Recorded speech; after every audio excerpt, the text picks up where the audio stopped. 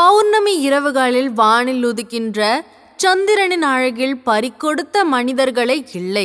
அத்தகைய சந்திரன்தான் மனிதர்களின் மனங்களை கட்டுப்படுத்தும் மனோகாரகனாக இருக்கிறார்.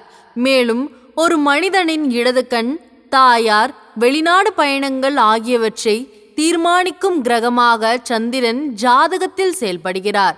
சந்திர காயத்ரி மந்திரத்தை 108 முறை துதித்து வழிபாடு செய்வதால் சந்திர பகவானின் அருளால் வாழ்வில் மங்களமான பலன்கள் அதிகம் ஏற்படும்.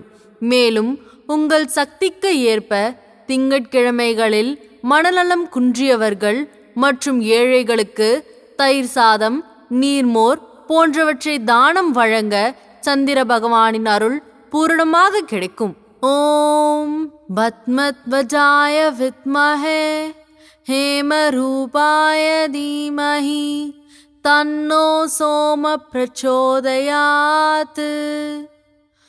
ஓம் பத்மத்வஜாய வித்மஹே ஹேமரூபாய தீமஹி தன்னோ சோம பிரச்சோதயாத். ஓம் பத்மத்வஜாய வித்மஹே ஹேமரூபாய தீமஹி தன்னோ சோம பிரச்சோதயாத். நன்றி.